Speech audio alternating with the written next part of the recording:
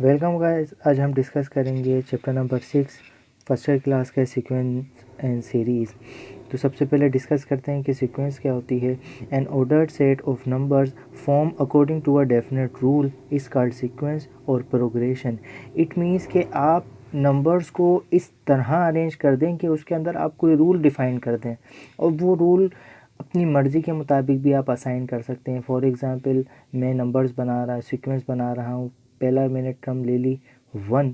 अब ये मेरे ऊपर डिपेंड कर रहा है कि मैं उसमें रूल क्या बनाने जा रहा हूँ। फॉर एग्ज़ाम्पल, मैं 1 के अंदर 4 प्लस किया, फिर नेक्स्ट टर्म के अंदर भी 4 प्लस करूँगा, तो ये एक रूल बन जाएगा जिसको हम कह रहे हैं कि ये एक सीक्वेंस फॉर्म होगी। इस तरह जब नंबर लिखे जाएंगे। और सीक्वेंस की दूसरी डेफिनेशन क्या है? A function F N approaches to R. R आपकी डोमेन होगी और रेंज आपकी रियल नंबर भी हो सकती है और आपकी कॉम्प्लेक्स नंबर भी हो सकती है। तो उस तरह की सीक्वेंस, उस तरह के फंक्शन को हम क्या बोलते हैं कि वो सीक्वेंस को शो करता है। और एन हमेशा बिलोंग करेगा नेचुरल नंबर से। फॉर एग्जांपल, मैंने यहाँ ले लिया A1 A2 A3 up to AN। It means ये आपकी फर्स्ट टर्म हो गई A1, ये आपकी सेकेंड टर्म हो गई, ये आपकी थर्ड टर्म हो गई, और ये ऐसे चलता चला जाएगा। सेम एज इट इज़ अगर मैं लेना चाहूँ, पहली टर्म ले ली मैंने 2। अब मैं कोई रूल असाइन करने जा रहा हूँ कि मैं हर टर्म के अंदर 3 प्लस करूँगा। तो 2 के अंदर 3 प्लस किया 5, 5 के अंदर 3 प्लस किया 8, 8 के अंदर 3 प्लस किया 11। तो ये एक सीक्वेंस फॉर्म हो गई जिसके अंदर आपने एक रूल ये लगाया है कि हर प्रीवियस टर्म के अंदर, यानी प्रीसीडिंग टर्म के अंदर आप 3 ऐड करते चले जाएं। जो नंबर्स का पैटर्न बनेगा उस पैटर्न को आप क्या कहेंगे कि ये सीक्वेंस है। तो अब इस सीक्वेंस के बाद चैप्टर के अंदर जो हमारे पास है, वो पहली जो सीक्वेंस की टाइप है वो है अर्थमेटिक सीक्वेंस। तो अर्थमेटिक सीक्वेंस को देखेंगे कि अर्थमेटिक सीक्वेंस होती क्या है, और उसकी जनरल टर्म भी देखेंगे कि उसकी जनरल टर्म क्या होती है। तो अर्थमेटिक सीक्वेंस आपके पास क्या है कि अर्थमेटिक सीक्वेंस कहता है a sequence in which each term is form by adding a fix number two the one preceding. Preceding का मतलब होता है प्रीवियस टर्म, यानी जो भी आपकी लास्ट टर्म है। जैसे कि इसके अंदर 11 से पहले कौन सी टर्म है? 8। तो 8 11 की प्रीसीडिंग टर्म है, तो इस कॉल्ड अर्थमेटिक सीक्वेंस और AP। अर्थमेटिक सीक्वेंस और अर्थमेटिक प्रोग्रेशन, ये एक ही नाम है इसके। तो अब ये देखते हैं कि भाई अर्थमेटिक सीक्वेंस के अंदर जो कॉमन डिफरेंस होता है वो सेम होता है। तो क्योंकि इस फिक्स नंबर को कह रहे हैं कि कोई भी डिफरेंस होगा जो हर टर्म के अंदर फिक्स रहेगा। फॉर एग्ज़ाम्पल, अगर हम अर्थमेटिक सीक्वेंस की स्टैंडर्ड फॉर्म बनाना चाहें तो standard form of an arithmetic progression, standard form of an AP। AP means arithmetic progression. अब फॉर एग्ज़ाम्पल हम कह रहे हैं कि आपके पास फर्स्ट टर्म जो है, तो हम उसको क्या नाम दे रहे हैं? टर्म 1। ये आपकी फर्स्ट टर्म हो गई जिसको किससे आप जाहिर कर रहे हैं? A से। सेम एज इट इज़ ये आपकी कौन सी हो गई? Second term. लेकिन अब क्या होगा कि आप प्रीवियस टर्म कौन सी है आपकी? A। तो A के अंदर आप कोई फ़िक्स नंबर प्लेस कर देंगे, लेकिन अब यहाँ पे फ़िक्स नंबर हमें नहीं पता, तो हम फ़िक्स नंबर को ले रहे हैं, वो क्या होगा? D। Same as it is अब ये फ़िक्स नंबर हर टर्म के अंदर ऐड होता चला जाएगा। तो आपके पास T3 किस तरह बनेगी? Third term is equals to, इस टर्म के अंदर दोबारा D को प्लस कर दिया जाए तो D एक सिंगल है, दोबारा प्लस होगा तो कितना हो जाएगा? A plus 2D। Same as it is T4 किस तरह निकलेगी? Fourth term is equals to A plus 3D। तो ये आपकी चलती चली जा रही है। अब यहाँ पे एक चीज़ नोट करने वाली ये है कि टर्म कितनी थी? फर्स्ट टर्म थी तो A नहीं था, यानी टर्म 1 है तो A 0 है, टर्म 2 है तो A सिंगल है, टर्म 3 है तो A डबल है, टर्म 4 है तो A 3 है।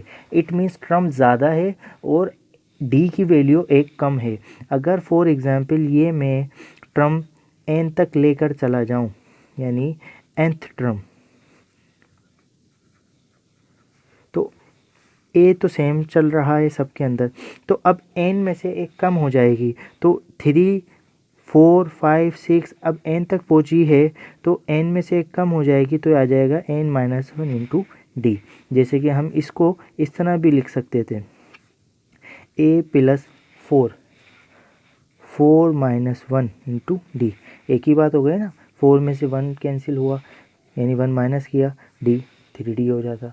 तो ये जो आपके पास टर्म आई है T N is equals to A plus n-1 into D, ये आपकी स्टैंडर्ड फॉर्म है अर्थमेटिक प्रोग्रेशन की। इसको जनरल टर्म कहते हैं, general term of an A P. अब इसके अंदर सबसे मेन बात क्या है कि इस टर्म को आप क्या कहते हैं, इस टर्म को आप कहते हैं लास्ट टर्म, इसको आप कहते हैं ए को फर्स्ट टर्म, एन आपका शो करता है नंबर ऑफ टर्म्स, और डी आपका शो करता है कॉमन डिफरेंस। और डी निकालने का फॉर्मूला क्या होता है कि प्रीवियस टर्म में से आप सेकंड टर्म में से फर्स्ट टर्म को माइनस कर दें, तो ये आपका डी निकल जाएगा।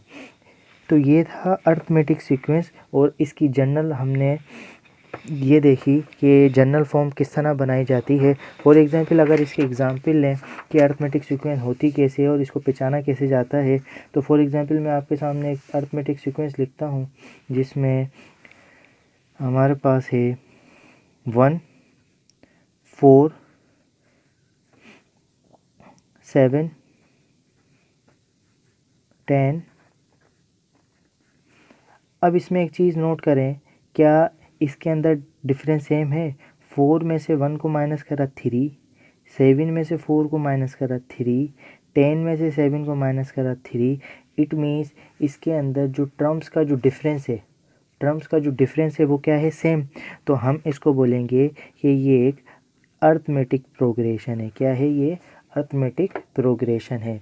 आज की वीडियो में हमने अर्थमेटिक सीक्वेंस को डिस्कस किया। उससे पहले हमने सीक्वेंस को पढ़ा कि सीक्वेंस क्या होती है। डेफिनेट रूल है कि कोई भी रूल आप असाइन कर दें नंबर को, उसके बाद जो भी नंबर बने तो उनको लिख दें एक सीक्वेंस के अंदर, एक पैटर्न के अंदर, तो वो सीक्वेंस कहा जाता है। और दूसरी इंपॉर्टेंट बात ये कि अगर फॉर एग्जांपल लिखा हुआ है ए, यानी आप T1 T2 T3 and so on, यानी Tn, अगर कॉमा लगा हो तो आप इसको कहते हैं सीक्वेंस, और अगर इन कॉमा की जगह प्लस आ जाए तो आप इसको कहते हैं ये सीरीज़ है।